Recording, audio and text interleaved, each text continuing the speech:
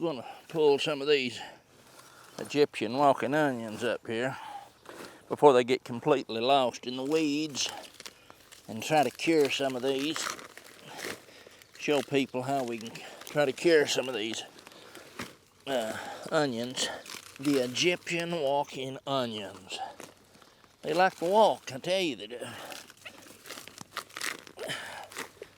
We're gonna get us a few out here. Start harvesting some of them. If we can keep from hurting the watermelons, we don't want to hurt our watermelons. These biggest ones is the ones I'm after. Now here, if you can see this, I hope you can. Here's how I pull them. I get that whole group right there and pull that whole group just like that, because they'll grow together. Shake them off. You see this whole big group of onions.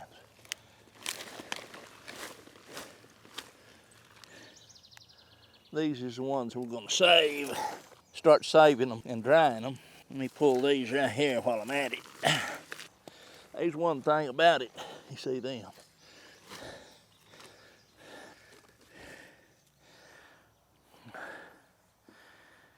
We're pulling these up right now, and we just got 1.5 inches of rain. I'm in between rain showers here, and been a lot of flooding going on around the state, so I'm afraid a lot of people have lost their lives and stuff. So that's something we want to keep in mind. I can't get that up. Didn't get that up good. That didn't come up. That's pretty tight.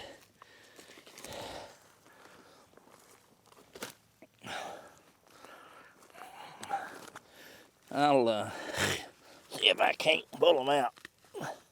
Dig them out here with my hands a little. Them is some tough boy there.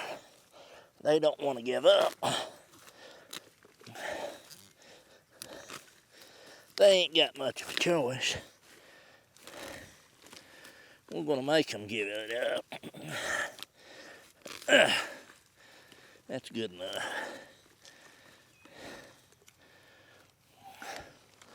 You can see these. They're pretty tough little critters.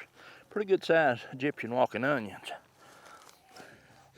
I'll take this basket, you can see here. I'll take it over here and get ready to lay them out and dry them. That's the Egyptian walking onions that we've got just getting a start on. I've had several people asking how I store my Egyptian walking onions, how I overwinter my Egyptian walking onions. Now I'm speaking strictly for myself here. Now the question was how I overwinter my Egyptian walking onions. And that's exactly what I'm going to show in this video. Again, it probably ain't what you think, and it's so simple that you want to smack your granny. But I shouldn't say that. It's so simple that a lot of times you just overlook it. It's just that simple. You just overlook how simple it is to store your Egyptian walking onions over winter. Now, it's got a lot to do with how cold it is in your area, how cold it dips down to. Let me put it to you this way. It's got a lot to do with your frost level, and that has a lot to do with it. But we can deal a lot of times with frost depths, freeze depths with mulch. Mulch helps a lot. So, but now I don't mean a 1/2 inch of mulch. I'm talking about 1.5 foot or foot of mulch. Anyway, that's I'll put this together as I go and hit. This is, I think, the 28th of June, 2026 is when I'm starting this. And it'll take me a while to put this together. And I don't have to wait a whole year to show you how I overwinter these, but there's two ways of looking at this now. If you're storing these overwinter for yourself, or if you're trying to grow, pull, dry, or cure and ship to someone, you can't let these dry out into a straw dry all the way through. If you do, more than likely the germ's dead. I mean, you know, the embryo of the plant, or whatever you want to call it, will die. These don't get dried, bone dry like a dehydrator. These get cured out to where they'll hold, cured out. And then they've got to be in a proper atmosphere. The main thing you don't want them to do is, after you've got them out and cured, is to let them freeze. You don't want to do that. Solid is what I'm saying. I left some out last year and that's what happened. But now I sell a lot of these Egyptian walking onions on my wife's Etsy page. And about anywhere you'll see a video with Egyptian walking onions, if you'll go to the description, scroll down, you'll see a link there to her site if you want any. Now it'll be on later before we have any on there. When I've got them, it'll be on there to sell. When I'm out or have not got them ready to ship, the link won't work. I mean, it might be there, it won't have them on there. If you need any, just keep that in mind. I've got some pretty good ones. I'll go in here and get one of this pull and show you right quick. They're pretty good sized walking onions. That's had more too. It just broke off here. It clustered of 7 or 8 or 9. So I just wet that. It'd been rained. It rained 1.5 inches, and I just sprayed that off. Here's what I'm going to do while you're watching. Now I'm going to break it apart. You can see that how it growed there. Them good sized Egyptian walking onions. Now I'm going to take that off like that. There's no need to jerk and rip. You know, just take your time and just start putting pressure on your Egyptian walking onion, and it'll pop right into there. Okay, now the skin on that, and the old outer skin's coming off. That's all right. Now there's the stem. We don't want it. Get rid of it. Now here's this. Get that, and this old dead looking cover, because we're drying these a little bit. We don't want it to have to dry through that. That's uncalled for. And that wrapper was a wrapper that wrapped around a bunch of them. We're individualizing them now. Take that off. Get that off of there, that outer layer. Now this brown here, you can leave it if you want to, but I'm trying to cure that a little. But I don't want it to cure too much now, do we? We don't want it to dry completely out. We want something there to hold a little, but we don't want something that'll hold moisture. So I'm taking that off. I'm gonna get that off. I want that off of there, like that. You see there? You see how we got that off? Yeah, get that off of there. Here's another one, a little one. We'll go ahead and, where's my clippers? Where's me clippers? Now, I like to leave these a little long, about like that. And go ahead and get that off. That outer layer. If you're doing it to dry these, to cure them, that's what I'm saying to do. The other method that I'll show you later will, you won't even have to take that out. You won't have to do nothing. You sure don't want to wet it. You can see where that's kind of deteriorating, getting mushy right there.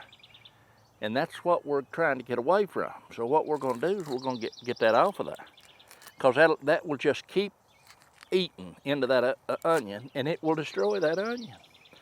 And we don't want to do that now, do we? So we're cleaning these up. Cleaning them up. You don't have to go too far. Anything that looks or feels a little bit slimy, get it off. I'm gonna have to go another layer on this one, and that's fine. I want that off of there. Don't be afraid. Don't be afraid. Get it off. Now, I'm not saying do every onion. I'm saying if one's slimy or that's got a little slimy, had a little bad place in it. These roots, don't cut them off flush with your bulb.